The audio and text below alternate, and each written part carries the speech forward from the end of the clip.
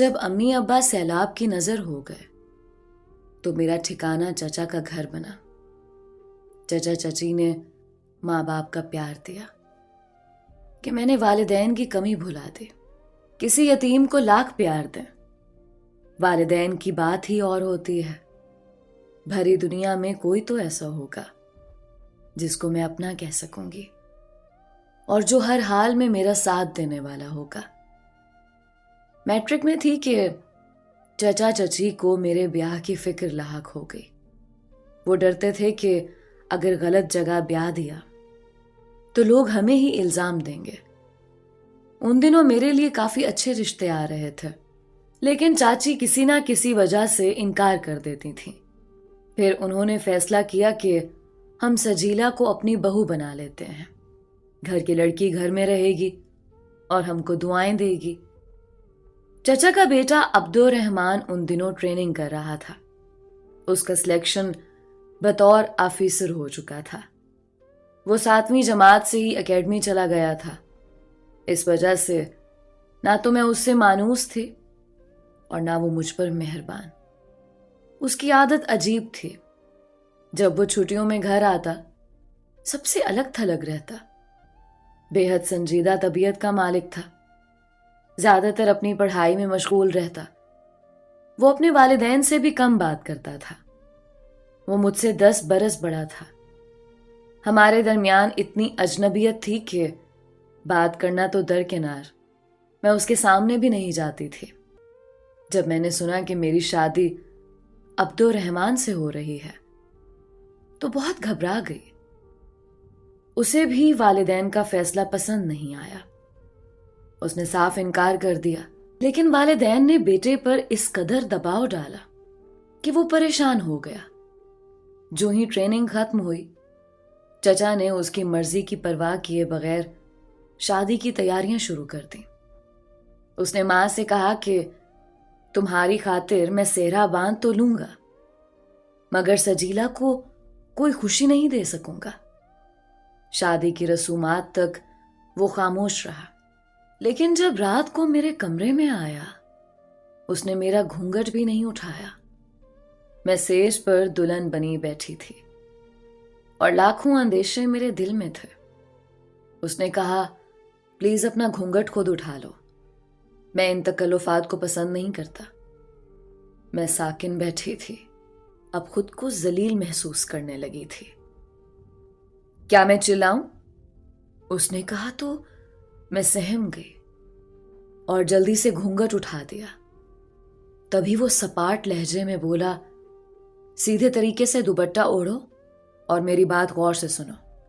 زندگی مذاق نہیں ہے کہ اس کو دوسروں کی خوشی کے لیے بسر کی جائے۔ میرا دل تم کو قبول نہیں کرتا۔ یہ بات میں نے امی اور ابو کو سمجھانے کی کوشش کی تھی، مگر وہ نہیں سمجھ سکے۔ لہٰذا اب میں ہمیشہ کے لیے اس گھر سے جا رہا ہوں۔ میں سیج پر دلہن بنی بیٹھی رہی اور وہ چلا گیا۔ گویا اس نے اپنے والدین کے کیے کی سزا مجھ کو دی۔ پھر نہ تو میں نے زندگی بھر عبدالرحمان کا منہ دیکھا اور نہ خوشی کا۔ چچا اور چچی خود کو میرا مجرم سمجھنے لگے اور میں خود کو، کہ جس کی وجہ سے ان کا نوجوان بیٹا گھر چھوڑ کر چلا گیا تھا۔ بعد میں عبدالرحمان جس کو چاہتے تھے انہوں نے اسی لڑکی سے شادی کر لی۔ اب وہ کبھی کبھی اپنی ماں سے فون پر بات کر لیتے تھے۔ چچا نے تو کہہ دیا تھا کہ میں زندگی بھر اس بیٹے کی صورت نہیں دیکھوں گا جس نے یتیم کا خیال نہیں کیا۔ ان دنوں میرے دل کی کیفیت ناگفتہ بہ تھی۔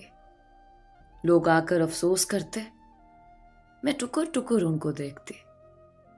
ایک بات ضرور ہوئی کہ اب وقت کاٹے نہیں کٹتا تھا۔ میں دن میں کئی بار شادی کی تصویروں والی البم نکال کر دیکھتی جس میں عبدالرحمان کے ساتھ دلہن بنی بیٹھی تھی۔ ہم ایک صوفے پر کتنے قریب بیٹھے ہوئے تھے، جیسے سچ مچ ایک دوسرے کے ہو گئے ہوں۔ تصویروں میں اس کا چہرہ دیکھتے دیکھتے اب مجھ کو ان سے انسیت سی ہو چلی تھی۔ اس کے نقوش میرے دل پر جمنے لگے تھے، ایک کسک سی ہونے لگی۔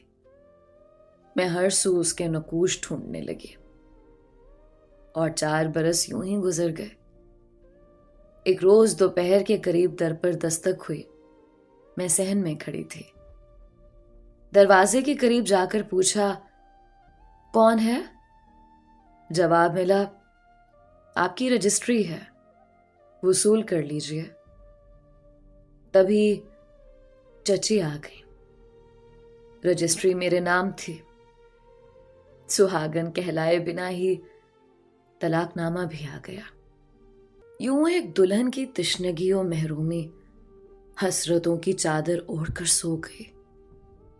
مجھے یقین ہو گیا کہ جس کا انتظار تھا وہ اب کبھی نہیں آئے گا۔ یہ بھی ایک کرب رائے گا میرے نصیب میں تھا جو میں نے سہ لیا۔ اسی ثانیے کے بعد میری زندگی میں ایک نیا موڑ بھی آنا تھا۔ یہ سردیوں کے دن تھے۔ شام کو الگنی سے کپڑے اتارنے لگی تو جھٹپٹے کا سماں تھا۔ سورج تقریباً غروب ہونے والا تھا۔ میرے ساتھ میری ایک سہیلی بھی تھی۔ ہم دیوار کے ساتھ کھڑے نیچے دیکھ رہے تھے۔ مارکیٹ میں لوگ رواں دواں تھے۔ سامنے ہی ایک ریسٹورانٹ تھا، وہاں سے بھی وہ نکلا، بالکل عبدالرحمن جیسا۔ پہلی نظر میں تو میں یہی سمجھی کہ وہی ہے۔ میں اس کو دیکھے جاتی تھی، یہاں تک کہ ندرت نے میرا کندھا ہلایا تو میں چونکی۔ ابھی ہم وہاں کھڑے ہی بات کر رہے تھے کہ میں دل تھام کر رہ گئی۔ وہ ہماری چھت سے ملی چھت پر پہنچ گیا تھا۔ تبھی ہم دونوں جلدی جلدی کپڑے جمع کر کے نیچے آ گئے۔ آج پہلی بار کسی کو دیکھ کر دل دھڑکا تھا۔ میں گھبرا کر بالکنی میں گئی، دیکھا وہ 7 والی بالکنی میں موجود تھا۔ وہ عبدالرحمن کی دوسری کاپی تھا۔ مجھ کو اس کے چہرے میں وہ کشش نظر آئی جو کبھی عبدالرحمن کے چہرے پر نظر آتی تھی۔ ہم دوبارہ چھت پر چلے گئے۔ میں نے مڑ کر دیکھا، وہ بھی چھت پر تھا۔ تبھی میں نے کہا، تم پھر آ گئے؟ وہ بولا، ہاں میں نے پڑھنا جو ہے۔ تو جا کر پڑھو، یہاں چھت پر کیا کر رہے ہو؟ بالکنی سے چھت پر تار لا کر بلب لگانے کا جتن کر رہا ہوں۔ آپ کو کوئی مسئلہ ہے تو کہیں اور چلی جائیں۔ میں نے کہاں جانا ہے، یہ میرا اپنا گھر ہے۔ میں نے تنگ ہو کر جواب دیا، آج ساری رات پڑھنا ہے، صبح میرا پیپر ہے، ورنہ آپ سے بات کرتا۔ 1 ہفتہ وہ نظر نہ آیا۔ کئی روز بعد ایک شام میں اپنی بالکنی میں کھڑی تھی کہ وہ نظر آ گیا۔ پوچھا، کیسی ہیں آپ؟ اس نے گفتگو کی ابتدا کی۔ میں چپ رہی۔ میں نے آپ کو مخاطب کیا ہے جناب، آپ کا نام کیا ہے؟ میں نے اپنا نام بتانے کی بجائے اسی سے سوال کر لیا، آپ کا نام کیا ہے؟ میرا نام عبدالرحمن ہے۔ میں دنگ رہ گئی، اپنے کانوں پر یقین نہ آیا۔ یہ لفظ بارش کے ٹھنڈے قطروں کی مانند میرے دل پر ٹپک پڑا۔ کل شام کو اسی جگہ بات ہوگی، یہ کہہ کر وہ نظروں سے اوجھل ہو گیا۔ میرا خیال تھا کہ کسی پڑوسی نے اسے میرا حال کہہ دیا ہوگا، اور یہ بھی کہ عبدالرحمن ایک رات کی دلہن کو الوداع کہہ کر چلا گیا تھا۔ سوچا کسی نے جانے کا قصہ سنایا ہوگا اسے۔ میں خود ہی سچ بتا دیتی ہوں۔ میں نے اسے خط لکھا کہ دیکھو، میرے اندر اب مزید دکھ برداشت کرنے کی ہمت نہیں ہے۔ کل کو ایسا نہ ہو کہ آپ چلے جائیں اور آپ کا مذاق میرے لیے عمر بھر کا روگ بن جائے۔ شام کو جوں ہی وہ نظر آیا، میں نے خط کو مروڑ کر اس کی بالکنی میں پھینک دیا۔ اگلے دن اس نے خط کا جواب دیا، لکھا تھا، میں کوئی برا انسان نہیں، میرا جو نام ہے وہی بتایا ہے۔